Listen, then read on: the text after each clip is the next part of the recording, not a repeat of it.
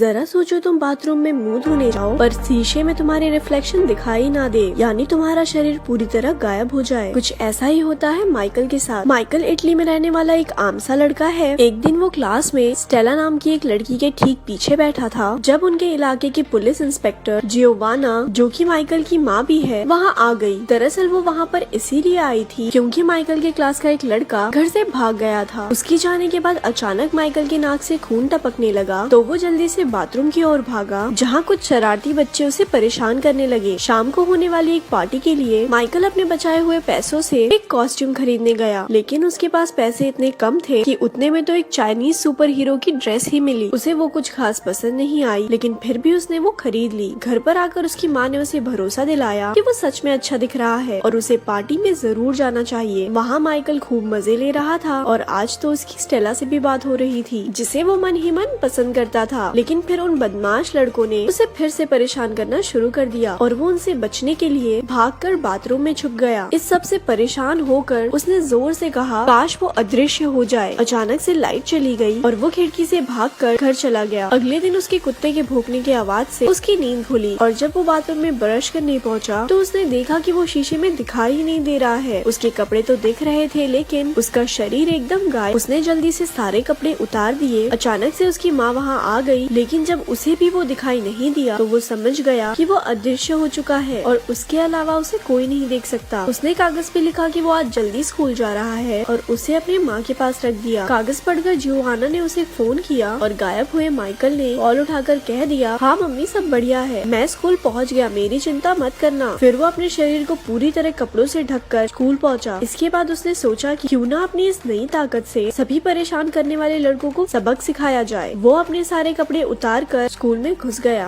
Class के दौरान उसने उस लड़के के पेंट बॉल गन से पढ़ा रही टीचर पर पेंट बॉल की बौछार कर दी, जिसके बाद उस लड़के को सस्पेंड कर दिया गया। फिर वो लड़कियों के चेंजिंग रूम में जाकर उन्हें कपड़े बदलते हुए देखने लगा। शक्तियों का सही मतलब गलत इस्तेमाल हो रहा है। अचानक से एक लड़की ने गलती से अपना टॉवल उस पर फेंक दिया और तौलिए ने उसके शरीर का आकार ले लिया। ऊपर से उसके शक्तियों को भी अभी गायब होना था। अब वो फिर से सबको दिखाई देने लगा। नंगे पुंगे लड़के को चेंजिंग रूम में देखकर लड़कियां चिल्लाकर इधर उधर भागने लगी। अगले दिन क्लास के दौरान हमें पता चला कि उनकी क्लास का एक और लड़का फिर से भाग गया था। अचानक से माइकल के हाथ धीरे धीरे गायब होने लगे। क्लास की घंटी बजते ही वो जल्दी से वहाँ से भाग निकला। वो अपने पूरे शरीर पर कपड़े लपेटकर घर पहुँचा तो उसकी छोटी बहन कैंडला उसके कमरे में बैठी थी। माइकल ने दीवार की तरफ मुँह करके उसे वहाँ से जाने को कहा, लेकिन कैंडला भी बाहर जाने का नाटक करके उसके कमरे में ही रुक गई। ये सोचकर कि उसकी बहन चली गई, माइकल ने अपने चेहरे से मफलर हटाया और पीछे मुड़ा। उसे देखकर कैंडला डर के मारे चिल्लाने लगी। माइकल ने उसे शांत किया और समझाया कि पता नहीं कैसे उसकी चाइनीज सुपर हीरो कॉस्ट्यूम ने उसे गायब होने की ताकत दे दी थी। जब जियोवाना घर लौटी तब तक माइकल अदृश्य हालत में ही था। उसने अपनी माँ को किसी से फोन पर बात करते हुए सुना कि माइकल असल में अडॉप्टेड है और कई साल पहले कोई उसे जियोवाना के घर के बाहर छोड़कर चला गया था। माइकल इस बारे में कुछ नहीं जानता था और वो दुखी होकर बाहर चला गया। जब वो अकेला बैठा झूला झूल रहा था तो स्टेला वहाँ आई। उसे लगा कि वहाँ शायद कोई भूत है, लेकिन वो बिना डरे साथ वाले झूले पर जाकर बैठ गई। क्या साइको लड़की है ये, भूत के पास कौन जाता है। स्टेला ने उसे अपना दोस्त बनने को कहा। इस बात पर माइकल ने भी जमीन पर एक स्माइली बना दिया। वो थोड़ी देर साथ खेले, जिसके बाद स्टेला वहाँ से चली गई। माइकल की नजर थोड़े दूर खड़े एक आदमी पर पड़ी जो आग गड़ाए उसकी ओर देख रहा था, लेकिन फिर पता चला कि असल में वो तो अंधा है। रात के समय माइकल स्टेला के घर पहुँचा। वो भी एक अदृश्य दोस्त बनाकर बहुत खुश थी। कुछ देर बाद उन्होंने एक दूसरे के साथ लपलापाटा किया, लेकिन अचानक से माइकल की शक्तियाँ फिर से जाने लगी। इससे पहले कि स्टेला उसका चेहरा देख पाती वो वहाँ से भाग निकला। कुछ समय बाद स्टेला जिम्नास्टिक हॉल में अकेले प्रैक्टिस कर रही थी जब अचानक से किसी ने उस पर एक डार्ट से हमला किया। जल्द ही वो बेहोश होकर गिर गई। अपने घर पर बैठा माइकल ठान लेता है कि अब वो स्टेला को अपनी शक्तियों के बारे में बता देगा। वो अपने कुत्ते को घुमाता हुआ जिम्नास्टिक हॉल के पास पहुँचा, जहाँ उसने मुखौटा पहने एक आदमी को देखा जिसने स्टेला को अपने कंधे पर उठाया हुआ था। माइकल ने उसे रोकने की बहुत कोशिश की। उसके कुत्ते ने तो उस आदमी के हाथ पर काट भी लिया, लेकिन वो आदमी किसी तरह से स्टेला को अगवा करके वहाँ से भाग निकला। कुछ देर बाद पुलिस वहाँ आ गई और उन्हें समझ आया कि बच्चे घर से भागे नहीं बल्कि उन्हें तो किडनैप किया गया है। स्टेला की आंखें खुली तो वो एक सुनसान कमरे में थी और उसके सर से बहुत सारी तारें जोड़ी गई थी। हम देखते हैं कि वहाँ पर माइकल का एक टीचर भी था। उन्होंने स्टेला पर कुछ टेस्ट किए और बाद में बाकी 2 बच्चों के साथ उसे कमरे में बंद कर दिया। अगले दिन माइकल समुद्र किनारे अकेला बैठा था जब वो अंधा आदमी उससे मिलने आया। वो उसके पूछने से पहले ही उसके सभी सवालों का जवाब दे रहा था, मानो वो आदमी माइकल का दिमाग पढ़ सकता हो। उसने बताया कि उसका नाम आंद्रेस है और वो माइकल का असली पिता है। माइकल ने उसकी बात नहीं मानी और चिल्ला के कहा कि तुम झूठ बोल रहे हो। लेकिन फिर आंद्रेस ने उसे पूरी कहानी सुनाई। उसने बताया कि वो रूस के एक गाँव में रहने वाला एक आम लड़का था, लेकिन एक दिन न्यूक्लियर रेडिएशन के लीक होने के वजह से उनके गाँव के ज्यादातर लोग मारे गए, लेकिन जो बच गए उनके अंदर करिश्माई शक्ति आ गई थी। इस बारे में पता चलते ही फौज ने उन्हें हथियारों की तरह इस्तेमाल करने का प्लान बनाया। वो उनके ऊपर खूब अजीबोगरीब एक्सपेरिमेंट किया करते। रिपोर्ट्स में पता चला कि आंद्रेस और माइकल की माँ के अलावा वहाँ पर कोई भी बच्चे नहीं पैदा कर सकता था। जब माइकल का जन्म हुआ तो वो इन अनोखी शक्तियों के साथ पैदा होने वाला पहला बच्चा बना, लेकिन उसे एक अच्छा भविष्य देने के लिए आंद्रेस और माइकल की माँ उसे लेकर मिलिट्री कैंप से भाग निकले। आंद्रेस माइकल के साथ किसी तरह बच निकला, लेकिन उसकी पत्नी मारी गई। वो जानता था कि माइकल कभी उसके साथ सुरक्षित नहीं रहेगा, तो उसने अपनी शक्तियों के इस्तेमाल से जियोवाना का दिमाग पढ़ के पता लगाया कि वो सच में एक अच्छी औरत है और अपने बच्चे को उसके घर के बाहर छोड़कर चला गया। लेकिन अब मिलिट्री को पता चल गया है कि वो खास बच्चा इसी इलाके में कहीं है। माइकल को अब भी उसकी बातों पर भरोसा नहीं था, लेकिन आंद्रेस ने अचानक से कहा वो यहाँ पर और बातें नहीं कर सकते, क्योंकि थोड़ी दूर खड़े एक मछुआरे को उस पर शक हो गया था और वो पुलिस को फोन करने वाला है। आंद्रेस ने माइकल को एक सूट दिया जो उसके शरीर के साथ ही गायब हो जाएगा और खुद बड़ी आसानी से याददाश्त मिटाकर वहाँ से चला गया। माइकल के उस दोगले टीचर्स बातचीत के दौरान जियोवाना ने बताया कि उसने माइकल को गोद लिया था। ये सुनकर उसे शक हुआ कि शायद माइकल ही वो खास लड़का है। सच्चाई का पता लगाने के लिए वो माइकल से मिलने उसके घर पहुंचा। बातचीत के दौरान माइकल ने टीचर के हाथ पर कुत्ते के काटने का निशान देखा और वो समझ गया कि वही स्टेला का किडनैपर है। वो एक कमरे में जाकर गायब हो गया और मौका देखकर भाग निकला। भागते भागते माइकल ने उसे परेशान करने वाले शरारती लड़के इवान को देखा। वो उसके पीछे बैठ गया और उसे जल्दी से बाइक भगाने को कहा। एक सुनसान जगह पहुंचकर माइकल ने इवान को सारी बात समझाई। उधर स्टेला ने दिमाग लगाया, अगर वो एक के ऊपर एक खड़े हो जाए तो कमरे से बचकर निकल सकते हैं। उसकी तरकीब काम भी कर गई और वहाँ से निकलकर वो छत पर पहुंची, जहाँ उसे एक सर्च लाइट मिली। उसे भरोसा था कि उसका अदृश्य दोस्त उसे जरूर ढूंढ रहा होगा, तो उसने लाइट पर वैसा ही स्माइली फेस बना दिया जैसा उनकी पहली मुलाकात वाले दिन माइकल ने बनाया था। उसके सिग्नल को देखकर माइकल समझ गया कि स्टेला कहाँ है। इवान के साथ वो अपने दोस्तों को बचाने पहुंचा, लेकिन तभी एक गार्ड ने स्टेला को पकड़ लिया। इवान ने अपनी पेंट बॉल गन से इलेक्ट्रिक सर्किट पर निशाना लगाकर उसमें गड़बड़ी कर दी। जब माइकल गायब होकर बिल्डिंग में घुसा तो उसने अपने कुछ टीचर और गुंडों को जियोवाना और आंद्रेस पर नजर रखते हुए देखा, जो एक साथ मिलकर माइकल को ढूंढ रहे थे। इसके बाद उसने एक गार्ड के सर पर फायर एक्सटिंग्विशर दे मारा और दूसरे पर बंदूक तान दी। उसने सभी किडनैप हुए बच्चों को बाहर निकालकर गार्ड्स को अंदर ही बंद कर दिया। इसके बाद माइकल उनके सामने आया, जिसे देखकर सभी दंग रह गए। वो सब जल्दी से वहाँ से निकलना चाहते थे, लेकिन स्टेला कहने लगी कि उन्हें एक बूढ़े आदमी की मदद करनी चाहिए जो पास ही एक कमरे में बंद है। माइकल उसकी बात मानकर उसके साथ चल दिया, लेकिन वो तो सीधा उसे उन्हीं लोगों के पास ले गई जिनसे बचकर वो भाग रहा था। अचानक वो बेहोश होकर गिर पड़ी और उसके पीछे बैठा बूढ़ा आदमी बोलने लगा। दरअसल वो किसी भी इंसान के दिमाग पर कब्जा कर सकता था। उसी ने स्टेला और माइकल के टीचर्स ये सब करवाया था। मिलिट्री वालों ने माइकल और स्टेला को एक सबमरीन में डाल दिया और समुद्र के रास्ते अपने मंजिल की ओर निकल पड़े। दूसरी ओर आंद्रेस और जियोवाना वहाँ पहुंचकर इवान से मिले। बिल्डिंग को सेल्फ डिस्ट्रक्ट मोड पर लगा दिया गया और अब कुछ ही सेकंडों में धमाका होने ही वाला था। उन्होंने जल्दी से अगवा किए गए बच्चों को और माइकल के टीचर को भी बचा लिया, क्योंकि उस बेचारे की कोई गलती थोड़ी ना थी। उसके दिमाग को तो बूढ़े अंकल ने वश में करके रखा था। वो सब धमाके से ठीक पहले बिल्डिंग से बाहर निकल गए। दूसरी तरफ सबमरीन में माइकल को पता चला कि उसके पास सिर्फ गायब होने की शक्ति नहीं है, वो अपने दिमाग की ताकत से चीजों को हिला डुला भी सकता है। उसने अपनी शक्तियों का इस्तेमाल करके आसपास की चीजों को तोड़ना शुरू कर दिया। उसने उन सभी गुंडों को मारकर स्टेला और अपनी जान बचाई। फिर वो अपनी शक्ति से सबमरीन को वापस समुद्र किनारे ले आया, जहाँ सब उसका इंतजार कर रहे थे। वो बहुत खुश था और सबके सामने गायब होकर अपनी शक्तियों का दिखावा करने लगा। आंद्रेस ने उसके पास आकर कहा वो अपनी शक्तियाँ यूँ सबके सामने नहीं दिखा सकता। उसकी पहचान को गुप्त रखने के लिए आंद्रेस को वहाँ मौजूद सभी लोगों की याददाश्त मिटानी होगी। माइकल ने बात को समझकर एक आखिरी बार स्टेला को किस किया, जिसके बाद आंद्रेस वापस लौटने का वादा करके सबकी याददाश्त मिटाकर वहाँ से चला गया और सब कुछ एकदम पहले जैसा हो गया और ये मूवी यहाँ खत्म हो गई। ऐसी